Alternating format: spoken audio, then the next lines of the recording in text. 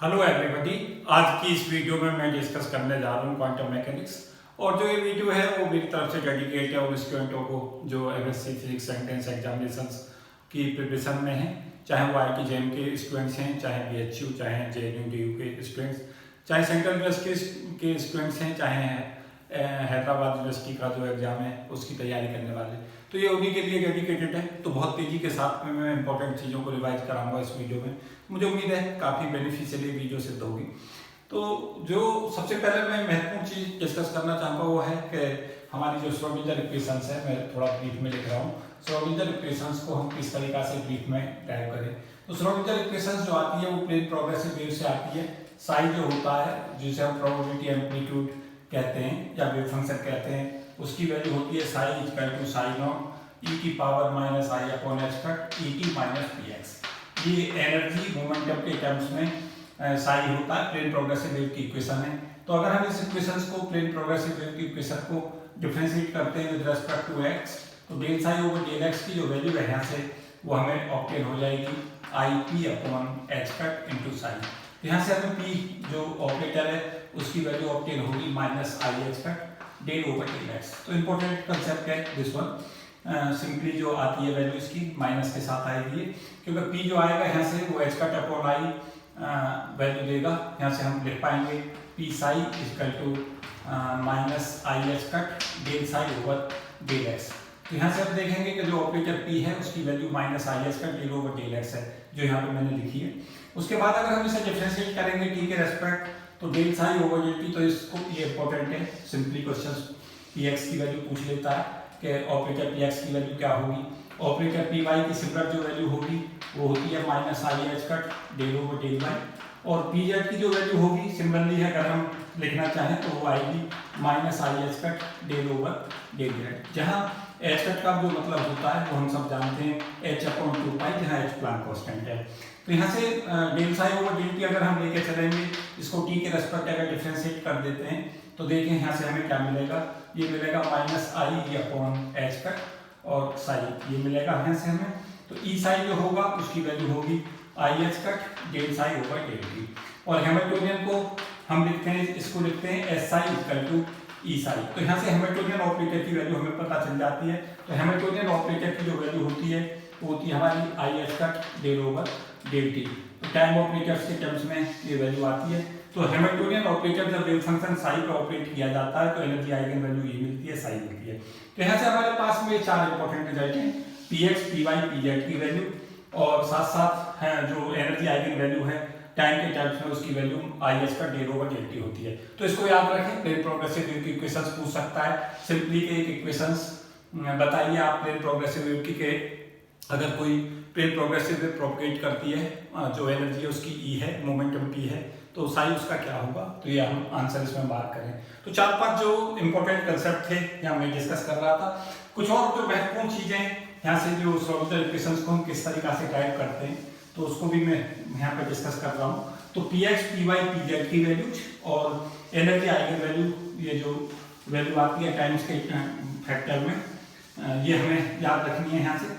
साथ साथ S I बराबर ई साई से याद रखें कि हैमिल्टोनियन जो होता है ये रिप्रेजेंट करता है काइनेटिक एनर्जी और पोटेंशियल एनर्जी का सम होता है। तो काइनेटिक एनर्जी को लिखते हैं पी स्क्वायर अपॉन 2m और प्लस v, ये हमारा हैमिल्टोनियन ऑपरेटर हो जाएगा। This is kinetic energy, this is potential energy, psi equal to E psi. और p की जो वैल्यू है उसे ऑपरेटर के टर्म्स में लिखते हैं minus I H cut delta. ये अगर वन डायमेंशन में है तो यहाँ पी एक्स हो जाएगा minus I H cut del over del X. यहाँ से जैसे हम ये वैल्यू पुट करेंगे तो यहाँ से हमें जो वैल्यू है वो मिलेगी minus H cut square del square upon 2n plus v, this one psi equal to E psi. या हम इसे इस फॉर्म में भी लिख सकते हैं del square psi plus 2m upon H cut square और e minus v psi equal to 0। ये हमारे पास जो इक्वेशंस है ये हमारी इक्वेशंस कहलाती है श्रोडिंगर इक्वेशंस, और इसको हम बोलते हैं, मैं ब्रीफ में लिख रहा हूँ, श्रोडिंगर टाइम इंडिपेंडेंट इक्वेशन। तो ये हमारे पास इसका शॉर्ट डेरिवेशन भी था ये, और ये इक्वेशंस ऑलवेज रिमेंबर रखें। यहाँ से अगर हम ई माइनस वी साई की वैल्यू कैलकुलेट करेंगे तो ई माइनस वी साई की जो वैल्यू होगी वो यहाँ से ऑब्टेन हो जाएगी minus H cut square upon 2m del square psi. ये देखें ई माइनस वी, ये एनर्जी जो है वो काइनेटिक और पोटेंशियल एनर्जी के सम के इक्वल होगी। तो यहाँ से हम इसे kinetic energy operator into psi की वैल्यू को लिख सकते हैं minus H cut square del square upon 2m और साइन। तो यहाँ से हमारे पास काइनेटिक एनर्जी ऑपरेटर की वैल्यू आएगी। तो काइनेटिक एनर्जी जो ऑपरेटर होता है उसकी वैल्यू होती है minus H cut square upon 2m और डेल स्क्वायर। तो ये दोनों हमारे पास इंपॉर्टेंट रिजल्ट हैं, बहुत बार कंपटीशंस में पूछे जाते हैं। P की value minus I H cut del over del X अगर पी एक्स है, पी वाई की value minus I H cut del over del Y, P Z की value minus I H cut del over del Z, जहाँ P X P Y P Z X Y Z directions में momentum की value है। Kinetic energy operator की value होती है minus H cut square upon 2m del square. अगर particle केवल X दिशा में चल रहा है तो काइनेटिक एनर्जी ऑपरेटर हो जाएगा minus H cut square upon 2m del square upon del X square. इस तरीका से हम वैल्यू लें तो इस श्रोडिंगर इक्वेशंस का टाइम डिपेंडेंट डेरिवेशंस में समझाता हूँ, ये इंडिपेंडेंट था। तो अगर हम एस आई बराबर ई साई में ये इक्वेशंस इसको एस एच ले लें और ई साई की जगह पे सिंपली हम क्या करें आई एच का डेल साई ओवर डेल की ले लें जो मैंने अभी पीछे लिया था। तो बस यहाँ से हमारे पास में जो इक्वेशंस है वो सिंपली आ जाएगी minus H cut square del square upon 2m plus V और psi equal to E psi की जगह पहले सिंपली लिख दें आई एच का del psi over del T. तो ये श्रोडिंगर की जो इक्वेशंस है ये टाइम डिपेंडेंट इक्वेशंस और ये श्रोडिंगर की टाइम इंडिपेंडेंट इक्वेशन। तो दोनों को याद रखें, दोनों ऑपरेटर्स की वैल्यू को याद रखें। तो रिवीजन पार्ट्स में इसमें करा रहा हूँ कि कैसे आप चीज़ों को शॉर्ट में याद करेंगे, कैसे कैसे आप चीज़ों को बहुत जल्दी से गाइड भी कर सकते हैं शॉर्ट में। तो इससे क्या होगा, आपको पेपर में अगर कहीं पे भी कोई प्रॉब्लम्स आएगी तो आप निश्चित तौर से इससे लाभ उठा पाएंगे। तो यहाँ याद रखें कि जो मोमेंटम ऑपरेटर है, काइनेटिक एनर्जी ऑपरेटर है, उसकी वैल्यू किस तरीका से हम लेते हैं, एनर्जी ऑपरेटर्स की टाइम फैक्टर में कैसे वैल्यू लेते हैं। उसके साथ साथ कुछ बहुत ही महत्वपूर्ण चीज़ें याद रखें वेव फंक्शन साई के बारे में। वेव फंक्शन साई के बारे में याद रखें कि जो ये सिंगल वैल्यू होता है wave function, single value means एक ही जो पॉइंट के ऊपर इसकी जो वैल्यू होती है वो फाइनाइट होती है। और सिंगल वैल्यू का मतलब होता है दो वैल्यू नहीं हो सकती एक ही पॉइंट पे, क्योंकि साई स्टार साई जो होता है प्रोबेबिलिटी डेंसिटी वो पार्टिकल की पाए जाने की प्रायिकता को बताता है और प्रायिकता बताता है, प्रायिकता पर यूनिट लेंथ बताता है वन डायमेंशन में। प्रोबेबिलिटी पर यूनिट एरिया जो बताता है साई स्टार साई वो प्रोबेबिलिटी पर यूनिट एरिया बताता है 2D में और प्रोबेबिलिटी पर यूनिट वॉल्यूम बताता है 3D में। उसके अलावा इसकी जो नॉर्मलाइजेशन प्रॉपर्टी होती है वो भी याद रखें, साई स्टार साई अगर 3D में है तो डी2 इक्वल टू 1, ये इसकी नॉर्मलाइजेशन प्रॉपर्टी होती है। मीन्स अगर हम ओवरऑल फेज जो जिस रीजन के अंदर पार्टिकल है अगर उसके अंदर साई स्टार साई और वॉल्यूम इंटीग्रल के साथ में देखते हैं तो टोटल पाए जाने की जो प्रायिकता है उस पर्टिकुलर जो टॉ रीजन है इस वॉल्यूम रीजन के अंदर वो उसकी 1 होगी। अगर ये 1 नहीं आती है तो फिर इसे नॉर्मलाइज करते हैं। जैसे सपोज किया वैल्यू हमारे पास आती है साई स्टार साई, डी2 की वैल्यू आती है n के ऊपर, तो फिर इसे नॉर्मलाइज कर लेते हैं इस फॉर्म से psi star upon root n और साई अपॉन रूट n डी2 इक्वल टू 1। तो ये नॉर्मलाइजेशन प्रॉपर्टी होगी। तो यहाँ पे जो वेव फंक्शन है साई अपॉन रूट n वो नॉर्मलाइज वेव फंक्शन हो जाएगा। n यहाँ पे नंबर हो सकता है 2, 3, 4, 5 जो भी इसकी वैल्यू पॉसिबल है। तो इस तरीका से इसे नॉर्मलाइज करते हैं। अगर कोई वेव फंक्शन नॉर्मलाइज नहीं है तो इस तरीका से इसे नॉर्मलाइज करते हैं। तो ये याद रखें, साथ साथ सिंगल वैल्यूड के अलावा याद रखें कि जो वेव फंक्शन होता है सिंगल वैल्यूड होता है, फाइनाइट होता है हर पॉइंट के ऊपर। उसके अलावा ये याद रखें कि जो वेव फंक्शन है वो सदा कंटिन्यूस रहता है, इसका जो डेरिवेटिव है वो भी कंटिन्यूस होता है। साथ साथ ये भी याद रखें कि वेव फंक्शन जो होता है वो हिल्बर्ट स्पेस में होता है और जो वेव फंक्शन है वो स्क्वायर इंटीग्रेबल होता है। तो वेव फंक्शंस की महत्वपूर्ण प्रॉपर्टी याद रखें। कई बार क्वेश्चंस कैसे आते हैं, 4 वेव फंक्शंस दे देगा और उनमें से कहेगा कि बताएं कि इनमें से कौन सा वैलिड वेव फंक्शन नहीं है। तो याद रखें कि वैलिड वेव फंक्शन के लिए याद रखें कि सिंगल वैल्यूड होना चाहिए, उसकी जो वैल्यू है वो फाइनाइट हो हर पॉइंट के ऊपर, जो रीजन है जिसमें पार्टिकल एग्जिस्ट कर रहा है कहीं पर भी पाए जाने की प्रायिकता उसकी इनफाइनाइट ना हो। उसके अलावा जो हमारा सबसे महत्वपूर्ण है वो ये है कि फंक्शन जो है वो स्क्वायर इंटीग्रेबल हो। मीन्स अगर वेव फंक्शन का हम स्क्वायर इंटीग्रेबल कैलकुलेट करना चाहते हैं तो स्क्वायर इंटीग्रेबल हो। ये जो लाई करता है वो हिल्बर्ट स्पेस में लाई करता है, ये भी याद रखें, ये भी इंपॉर्टेंट कंसेप्ट है। साथ साथ याद रखें कि इसका जो साई है वो कंटिन्यूस होता है और उसका डेरिवेटिव जो है वो भी कंटिन्यूस होता है। तो ये महत्वपूर्ण चीज़ें सदा वेव फंक्शन की याद रखें। वेव फंक्शन जो हम कैलकुलेट करते हैं वो वेव फंक्शन हमारी क्वांटम मैकेनिक्स का सबसे महत्वपूर्ण कंसेप्ट है कि हम वेव फंक्शन को कैसे कैलकुलेट करें और वेव फंक्शन को फिर वेरियस पैरामीटर वेव फंक्शन की हेल्प से हम किस तरीके से कैलकुलेट करते हैं। तो ये याद रखें, इस तरीका की जो प्रॉपर्टीजें आती हैं कई बार इनके ऊपर साथ साथ वेव फंक्शन की प्रॉपर्टीज के क्वेश्चन पूछे जाते हैं कंपटीशंस की दुनिया में, उन्हें भी तैयार करके रखें। जैसे बहुत ही महत्वपूर्ण क्वेश्चन जो मैं कंपटीशंस में देखता हूँ वो इस टाइप का क्वेश्चन कई बार पूछा जाता है कि ये कहता है कि एक पार्टिकल है वो 2 स्टेटों में रह सकता है और एक स्टेट में उसकी एनर्जी आइगन वैल्यू T1 है, इसमें एनर्जी आइगन वैल्यू T2 है और जो वेव फंक्शन है जो इस स्टेटों में वेव फंक्शन दे रखा है वो C1 psi1 plus C2 psi2 से दे रखा है। तो इस टाइप के क्वेश्चंस में देखता हूँ कंपटीशंस में C1 C2 यहाँ पे कांस्टेंट है और ये जो है इमेजिनरी नंबर्स भी हो सकते हैं, रियल नंबर भी हो सकते हैं।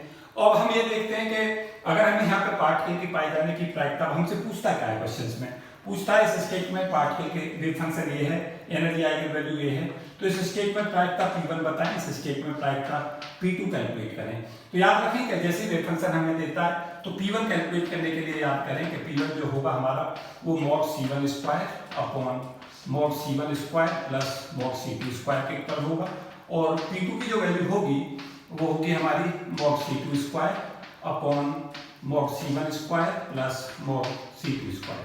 ये P1 और P2 की वैल्यू हमें कैलकुलेट हो जाएगी। जैसा वो क्वेश्चंस में देता है कि साई की जो वैल्यू है वो 3 psi1 प्लस 4 psi2 है। कोई जरूरी नहीं है इसी फॉर्म में दे, किसी और फॉर्म में भी दे सकता है, आई भी लगा सकता है यहाँ पे, जैसे 3 psi1 प्लस I psi2 कर सकता है। तो पैटर्न को समझने किस तरीके से हमें क्वेश्चन सॉल्व करना है। तो अगर हमें सपोज के ये क्वेश्चन दे दिया तो यहाँ से 9/25 यहाँ प्रायिकता हो जाएगी और 16/25 यहाँ होगी। तो इस तरीका से हम प्रायिकता कैलकुलेट कर लेंगे।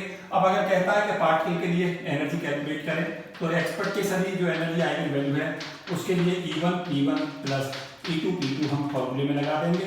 यहाँ पे P1 प्रायिकता होगी यहाँ पे पाए जाने किस स्टेट में, P2 इस स्टेट में प्रायिकता होगी, तो यहाँ से हमें P1 P2 यहाँ से कैलकुलेट कर लेंगे और एक्सपेक्टेशन यहाँ से कैलकुलेट कर लेंगे। बहुत बार मैं क्वेश्चन देखता हूँ, एक क्वेश्चन जो यहाँ पे और भी पूछा जाता है वो पूछा जाता है साई एक्स की कैलकुलेट कैसे करें अगर हमारी स्टेट ये है। तो याद रखिए कि अगर हमें ये साई दे रखा है, ये फंक्शन केवल एक्स का है हमारा या आपका पोजीशन का फंक्शन है, तो साई एक्स टी बनाने के लिए हमें क्या करना होगा, C1 psi1 e की पावर माइनस आई T1 t upon H cut, ये हमारा यहाँ पे e की पावर माइनस आई E1 t upon H cut से मल्टीप्लाई कर दें इस टर्म में, और इस टर्म में जो है प्लस C2 psi2 और e की पावर माइनस आई E2 t upon H cut से इसे मल्टीप्लाई कर दें। तो ये साई एक्स से साई एक्स की हम बना सकते हैं इस टाइप से। तो इस पर भी क्वेश्चन देखे जा रहे हैं, तो ये याद रखें, ये दोनों ही बहुत महत्वपूर्ण चीज़ें, ये जो मैं कंसेप्ट सिखा रहा हूँ ये बहुत ही महत्वपूर्ण कंसेप्ट था। इस पर लगातार क्वेश्चन पूछे जाते हैं कंपटीशंस में। तो मुझे उम्मीद है कि आपको यहाँ में 3 चीज़ें सिखाने का मेरा प्रयास था कि अगर हमें वेव फंक्शन पता हो और 2 स्टेटों में है पार्टिकल, अगर इसी तरीका से तीसरी में भी जाता है E1 E2 E3 करता है तो फिर हमें P1 P2 P3 कैलकुलेट करनी होगी। तो साई को फिर लेंगे C1 psi1 plus C2 psi2 plus C3 psi3, तो P1 की value mod C1 square upon mod C1 square plus mod C2 square plus mod C3 square होगी। P2 की value mod C2 square upon mod C1 square plus mod C2 square plus mod C3 square होगी, और P3 की value mod C3 square upon mod C1 square plus mod C2 square plus mod C3 square होगी। तो उसी pattern से आगे बढ़ा दें और यहाँ पे साई एक्स टी में प्लस C3 psi3 e की power minus I E3 t upon H cut आ जाएगा। तो इस टाइप से क्वेश्चंस को करना सीखें।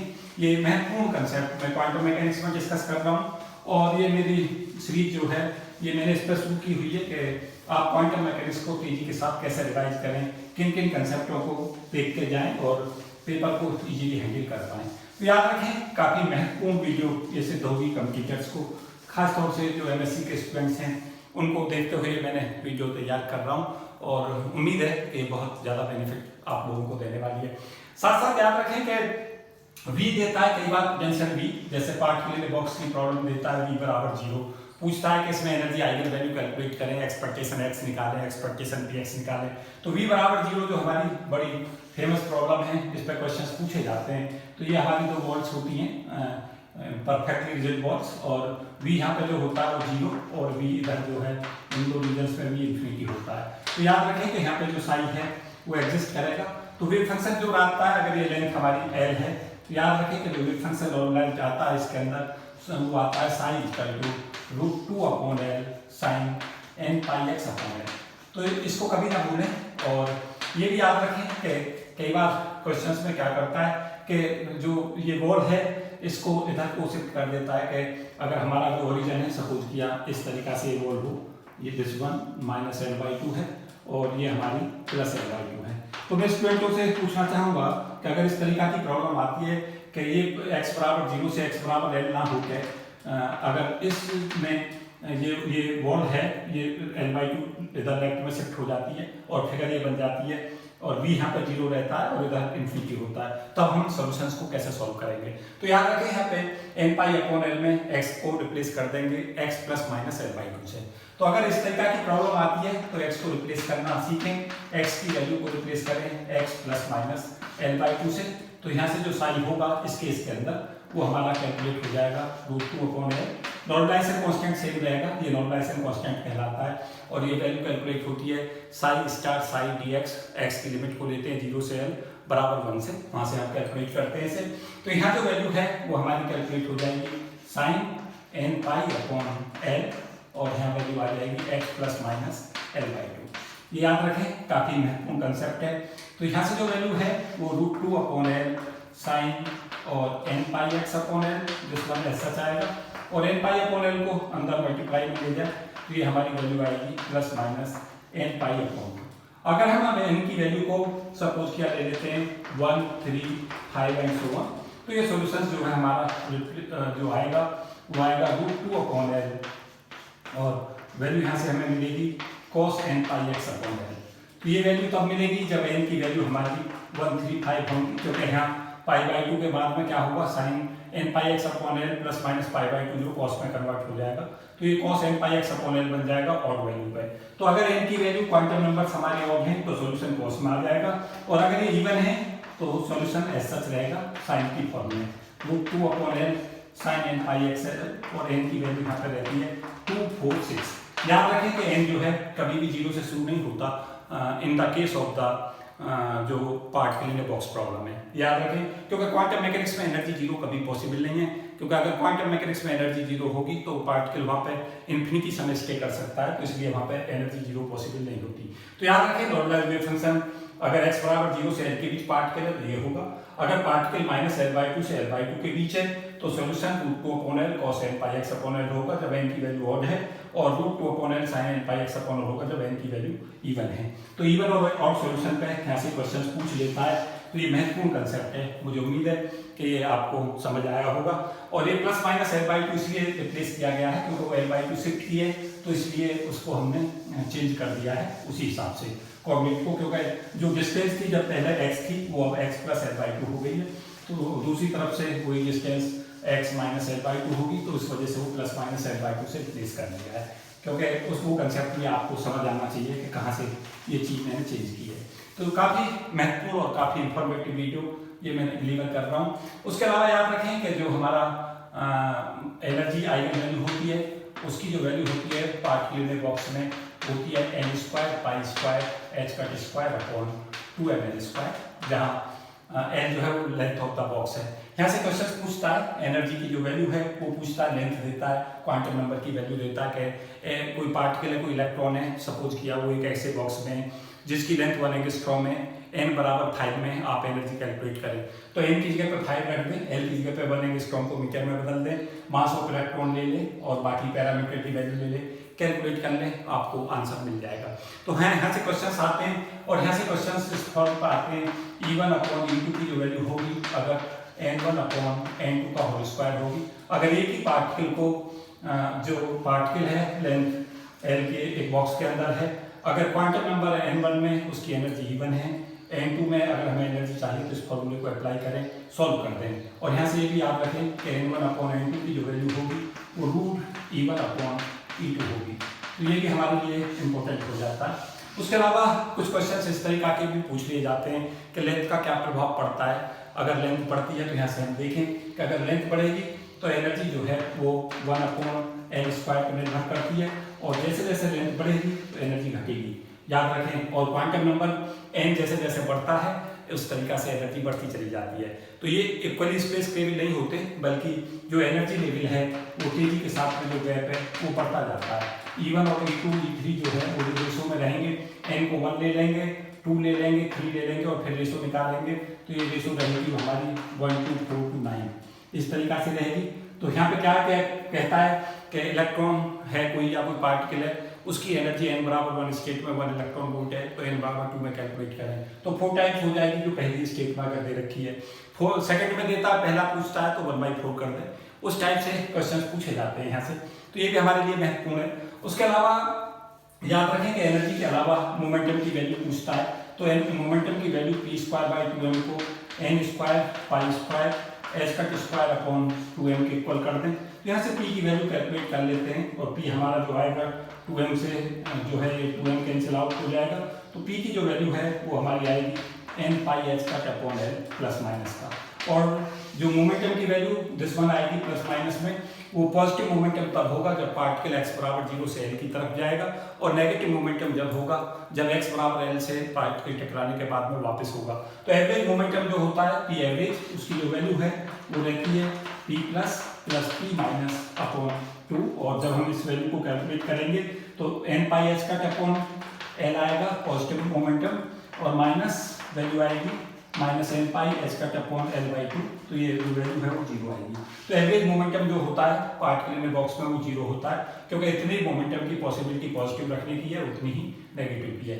साथ साथ याद रखें कि जो हमारा एक्सपेक्टेशन x है औसत तौर से जो पार्टिकल है, जैसे हमारा x बराबर 0 और x बराबर l के बीच है, तो औसत जो वैल्यू है 0 और l की वो हमारी 0 + L/2 होगी।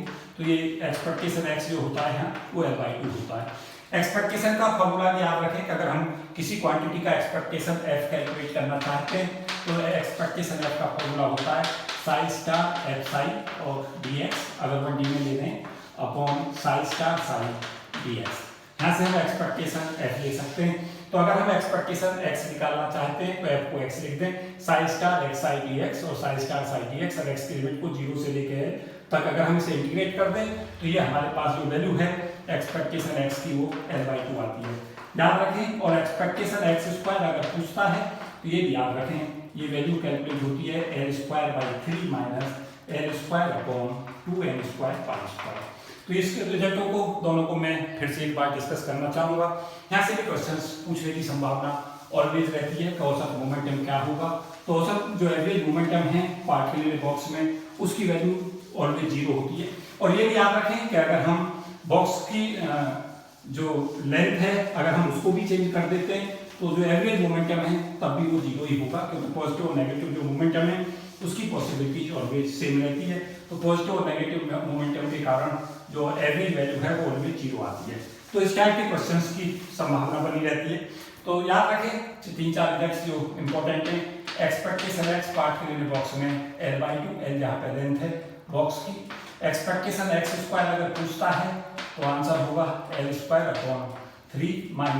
L²/2n² और π²। ये दोनों फॉर्मूले और भी याद रखें। L यहाँ पे लेंथ है, n यहाँ पे प्रिंसिपल क्वांटम नंबर है।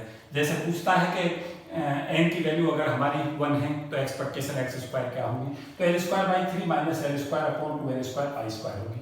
अगर पूछता है अनसर्टेनिटी पोजीशन हमें कैलकुलेट करनी है तो ये जो फॉर्मूला है वो याद रखें। ये हमारा फॉर्मूला होता है अनसर्टेनिटी पोजीशन का स्क्वायर इक्वल टू इसका स्क्वायर, तो हमारे पास जो वैल्यू है इसका स्क्वायर माइनस एक्सपेक्टेशन x और इस पूरे का स्क्वायर। यहाँ से इस फॉर्मूले से हम ये वैल्यू कैलकुलेट कर सकते हैं।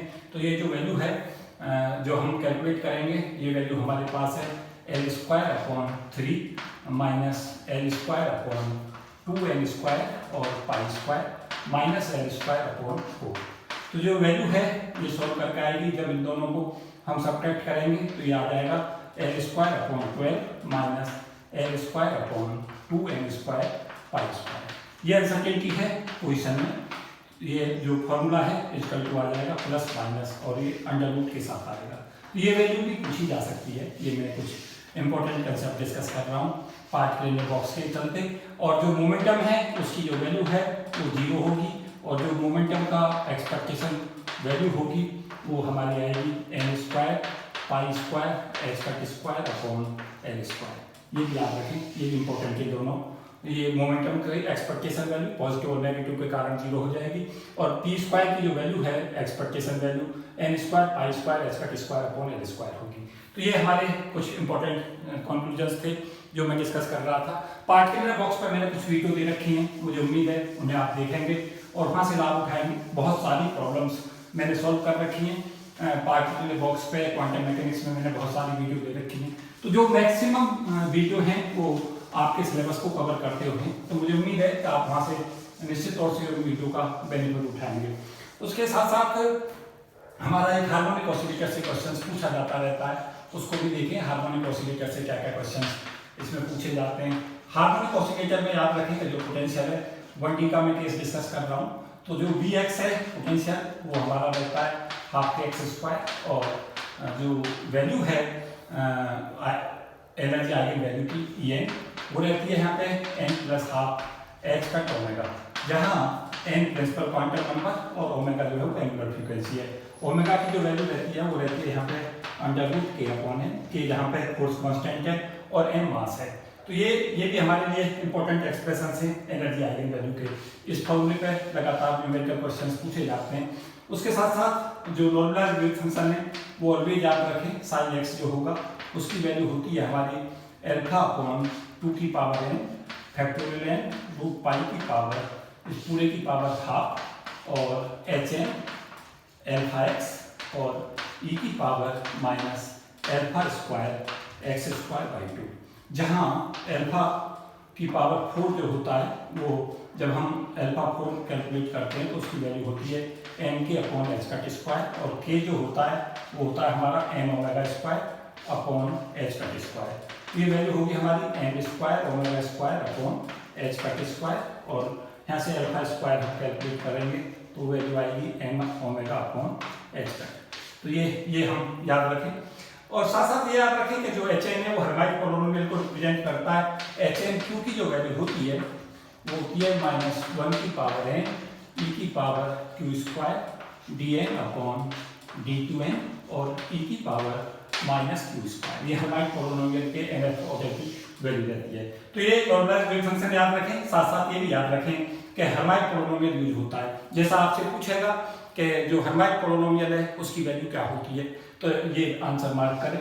हर्माइट पॉलिनोमियल की वैल्यू अगर पूछता है कि हार्मोनिक ऑसिलेटर में कौन सा पॉलिनोमियल यूज होता है, तो हर्माइट पॉलिनोमियल आंसर मार्क करें। सॉल्यूशंस में याद रखें e⁻² फॉर्म आता है। साथ साथ ये याद रखें कि जो हमारा हर्माइट है उसकी जो n की वैल्यू जैसे जैसे चेंज होगी वेव फंक्शन की वैल्यू चेंज होगी। ये हमारी फिक्स वैल्यू है, और ये जो वैल्यू है वो भी x के हिसाब से चेंज होगी, लेकिन जो ऑर्डर है वो यहाँ से वैल्यू चेंज होगी। उस तरीका से जो वैल्यू है वो चेंज होती जाती है। जैसे वो कहता है कि साई x जो है हमारा वो दे रखा है bx और e⁻⁻² x²/2। सपोज किया इस तरीका से क्वेश्चन देता है, कहता है इसमें एनर्जी आइगन वैल्यू बताएं क्या होगी। तो इसकी कंपेरिजन जब करेंगे हम, तो यहाँ पे n की जब वैल्यू 1 रख देते हैं h1 αx और इसको सॉल्व करते हैं यहाँ से, तो ये हमारा x बन जाएगा। तो n बराबर 1 के लिए वेव फंक्शन होगा, यहाँ पे एनर्जी वैल्यू कैलकुलेट करने, तो 1+12 h⁻ में जैसे हम वैल्यू कैलकुलेट करेंगे तो ये 3/2 h⁻ वैल्यू कैलकुलेट हो जाएगी। तो हार्मोनिक ऑसिलेटर में याद रखें कि पोटेंशियल जो है वो x² फॉर्म में होता है। Vx और x में अगर हम कर्व खींचते हैं तो वो पैराबोलिक शेप में आता है, और अगर फेज स्पेस ट्रैजेक्टरी पूछता है तो ये वो भी याद रखें कि वो हमारी इलिप्स आती है। तो ये भी क्वेश्चंस जो क्वांटम में पूछे जाते हैं यहाँ से। साथ साथ ये याद रखें हर्माइट पॉलिनोमियल यहाँ पे यूज किया जाता है। साथ साथ ये भी याद रखें कि यहाँ पे जो n की वैल्यू है वो 0 से पॉसिबल है। साथ साथ ये याद रखें कि जो क्वांटम नंबर n जैसे जैसे हमारा बढ़ता जाता है, क्वांटम और क्लासिकल के जो रिजल्ट्स हैं वो एक तरफ रिजेंबल करना शुरू कर जाते हैं। तो कई बार क्वेश्चंस यहाँ से भी पूछे जाते हैं कि कब रिजल्ट्स जो है वो हमारे रिजेंबल करते हैं। साथ साथ अर्नफेस्ट थ्योरम के में कुछ इंपॉर्टेंट चीज़ें अर्नफेस्ट थ्योरम में और फिर थोड़ा ऑपरेटर में डिस्कस करूँगा। अर्नफेस्ट थ्योरम में 2-3 चीज़ें याद रखें कि जो एक्सपेक्टेशन हम कैलकुलेट करते हैं d/d की एक्सपेक्टेशन x, उसकी वैल्यू जो होती है वो होती है हमारी एक्सपेक्टेशन px/n, और d/dt एक्सपेक्टेशन वाई जो होता है वो वैल्यू जो रहती है वो रहती है एक्सपेक्टेशन पी वाई अपॉन है, और जेड की जो वैल्यू होती है D over D T expectation Z, वो जो वैल्यू रहती है वो आती है एक्सपेक्टेशन पी जेड अपॉन है। तो अनफेस्ट थ्योरम के जो एवरेज तौर से जो स्टेटमेंट ये है कि एवरेज तौर से जो क्वांटम मैकेनिक्स के रिजल्ट हैं वो क्लासिकल से रिजेंबल करते हैं, ये उसका स्टेटमेंट है अनफेस्ट थ्योरम का।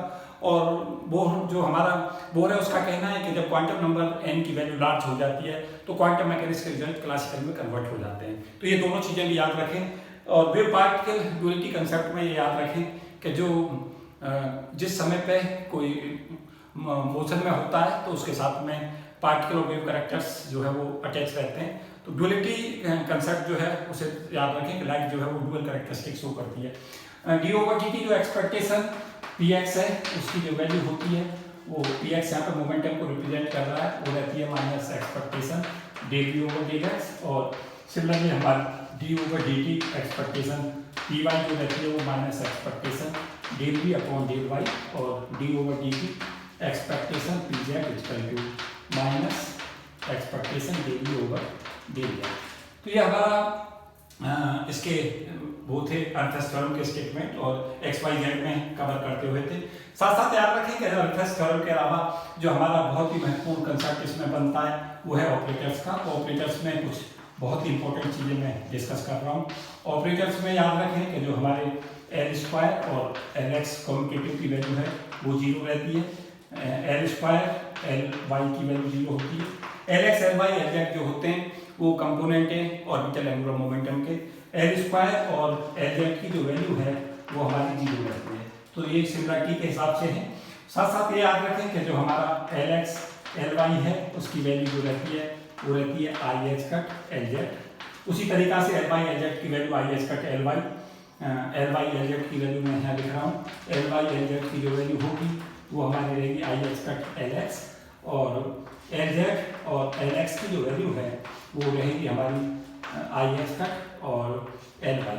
अगर हम यहाँ से ये चेंज करते हैं L Y X L X पूछता है कम्यूटेटिव में, इनको रिवर्स कर देता तो ये माइनस साइन आ जाएगा इधर की तरफ से, ये भी याद रखें। साथ साथ याद रखें कि जो हमारे पास एल एक्स और वाई की वैल्यू अगर हमसे पूछता है तो ये वैल्यू जाती है आई एच कट जेड, अगर हमसे एल एक्स और पी वाई की वैल्यू पूछता है तो ये वैल्यू जाती है i H cut P Z. तो यहाँ से फॉर्मूले देख लें, ये हमारे लिए महत्वपूर्ण है, यहाँ से क्वेश्चन आ जाता है प्रॉपर्टीज के हिसाब से आ जाता है। साथ साथ ये याद रखें कि एल एक्स और एक्स जो होता है उसका कम्यूटेटिव जो है वो जीरो होता है, एल वाई वाई का जो कम्यूटेटिव है वो जीरो होता है, और एल जेड जेड का कम्यूटेटिव जीरो होता है। एल स्क्वायर की जो वैल्यू रहती है वो एल स्क्वायर की वैल्यू रहती है L L plus one H का स्क्वायर, एल जो यहाँ पे ऑर्बिटल एंगुलर मोमेंटम का स्क्वायर है एल स्क्वायर, स्मॉल एल जो ऑर्बिटल क्वांटम नंबर है। तो यहाँ से जैसे एस स्टेट कहता है कि एल स्क्वायर की वैल्यू बताएं तो एस के लिए इसको जीरो रखते हैं यहाँ पे, टी स्टेट के लिए कहता है तो एल की वैल्यू को 1 रखें, डी के लिए कहता है तो एल की वैल्यू को 2 रखें, एफ के लिए कहता है तो एल की वैल्यू को 3 लें। तो एल स्क्वायर की वैल्यू यहाँ से कैलकुलेट कर सकते हैं। तो काफ़ी इंफॉर्मेटिव और काफ़ी नॉलेजेबल ये वीडियो मैं डिस्कस कर रहा था। मुझे उम्मीद है कि जो मैंने इसमें कंसेप्ट डिस्कस किए हैं, रिवीजन किया कराया है, उसका निश्चित तौर से आपको बेनिफिट मिलेगा।